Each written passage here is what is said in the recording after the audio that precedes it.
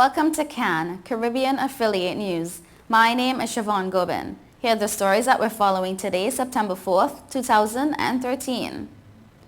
In Guyana, there should be a commission of inquiry into the state of education in Guyana. Encouraging signs for geothermal energy project in Montserrat. In St. Lucia, crime-fighting legislation. And also in St. Lucia, flood at St. Jude. Details on these headlines and more when we return. Hey, excuse me, if you see me smiling, that's 'cause I'm chilling on Total Caribbean Network.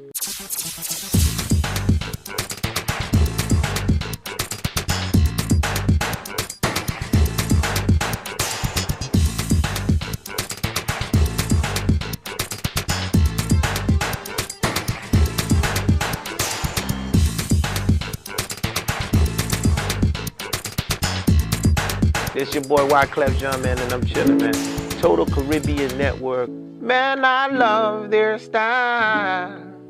Whoa, whoa, whoa, whoa, whoa, whoa.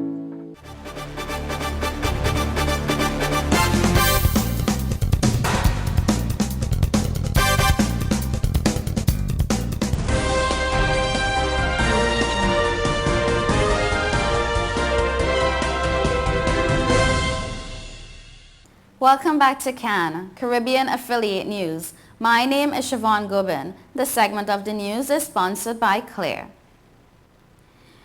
In the news from Guyana, there have been lots of comments from politicians, educators, and other concerned citizens since the announcement of the latest CXC results. As is to be expected, the government has tried to put the best spin on the results. No doubt those students who excelled, along with the teachers at those schools that did well, should be commended. But the results show clearly that despite some excellent individual performances, children as a group continue to underperform. This is cause for great concern.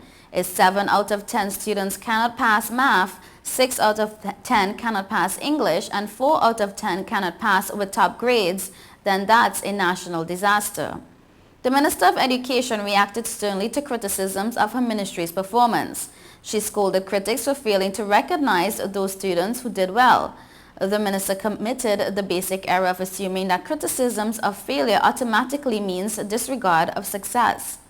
The minister, however, has to understand that overemphasis on the successful minority of students and the silencing of the plight of the majority is itself a major source of our woes.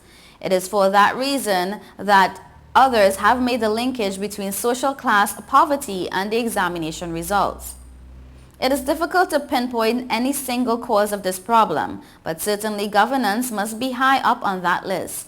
It is at that level that national priorities are decided. It is there where the decision on how much resources are expended on education and how those resources are used. In short, we are found wanting at the level of vision and policy. A second cause of the poor results has to do with the way in which education has become a victim of the widening gap between the rich and the poor. It seems even with the naked eye that the results would reveal that the students who do well tend to be those whose parents are able to afford extra lessons in a consistent manner, and those who do the least well are those who do not have the same opportunities. And that class polarization in some instances, although not across the board, has an ethnic look to it. As opposition leader David Granger observed, we have developed a kind of social apartheid in education that is reflected in the results, and that filters into the wider society. Allied to the second cause is the inability of poor parents and poor communities to offer the kind of supplementary assistance and guidance to the children.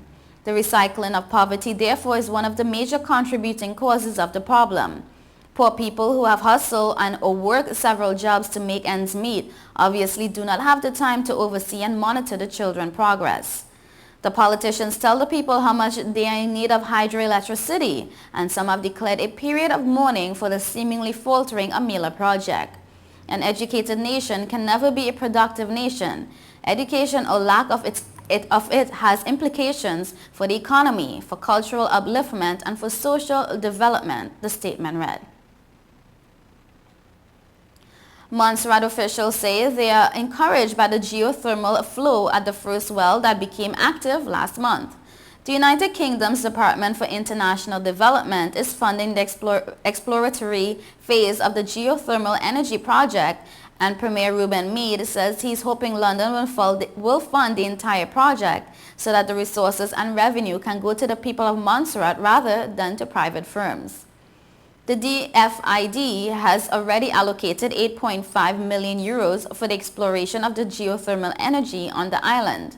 The government said the drilling and testing phases are expected to take 3 to 4 months.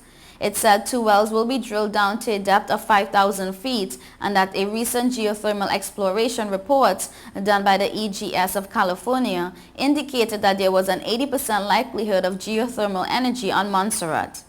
Director of Public Works Ron Birdsley said the MON-01 well began flowing to the surface last Wednesday. Beardsley said the next step would be to carry out specialist long-term testing. And I quote, "This will be carried out over several weeks and will determine the chemical composition of the geothermal fluids as well as the temperature and pressure from the resource. This critical data will inform the design of the most cost-effective generation plan for our location. It will also give an estimate of the long-term capacity of the resource. The long-term testing will be carried out over the next couple of months," he says. Beardsley said the well will be cleaned out and lined down to its current depth of 2,347 meters, and the intention is to carry on drilling a little deeper to provide further geological data. In St. Lucia, the anti-gang legislation was introduced for first reading in the House of Assembly on August 27th. This coincides with growing public concern about an escalating gang feud in the Hospital Row community. According to Minister for Justice, Senator Philippe Lacorbiniere, the bill was made available at Tuesday's sitting of the Senate. Lacorbiniere says the bill alone will not solve the issue of crime, but is one part of a series of activities toward curbing its escalation. Lacorbiniere says witness protection has been used there in St. Lucia on a limited basis.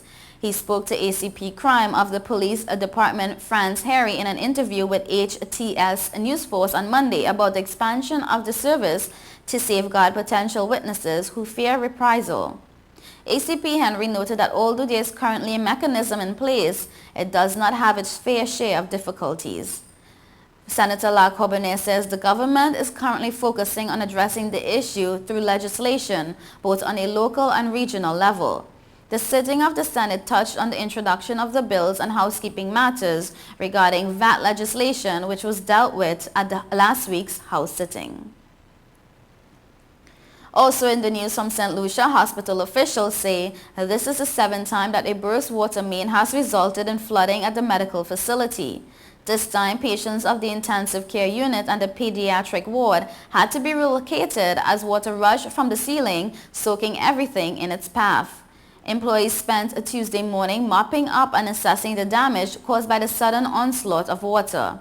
The hospital's acting CEO, Verena Charles, says workers responded quickly to the incident and ensured that the patients were safely transferred. One eyewitness says the St. Jude staff moved swiftly with patient safety in mind. This incident comes as employees at the Southern Medical Facility express increasing frustration with working conditions at the hospital housed in a stadium over the past few years. Just last week, Health Minister Alvina Reynolds said the government is aware of the workers' plight and sympathizes with them. The Health Minister has confirmed that the new St. Jude's Hospital will not be complete before 2014. The St. Jude's Hospital has been housed at the George Odlum Stadium after the original building was destroyed by fire on September 9th of 2009. You're watching Caribbean Affiliate News. We will be right back.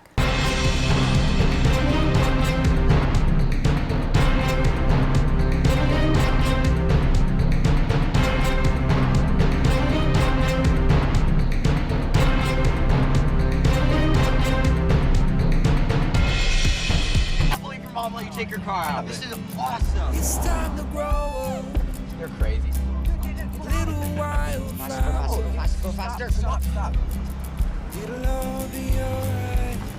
I raised my son to be careful, Hey, sweetie. Hey, Mom. but just to be safe. So don't you worry. I got a Subaru. Love. It's what makes a Subaru a Subaru. Coleman Subaru, 1710 North Alden Avenue, Ewing, New Jersey, or colemansubaru.com.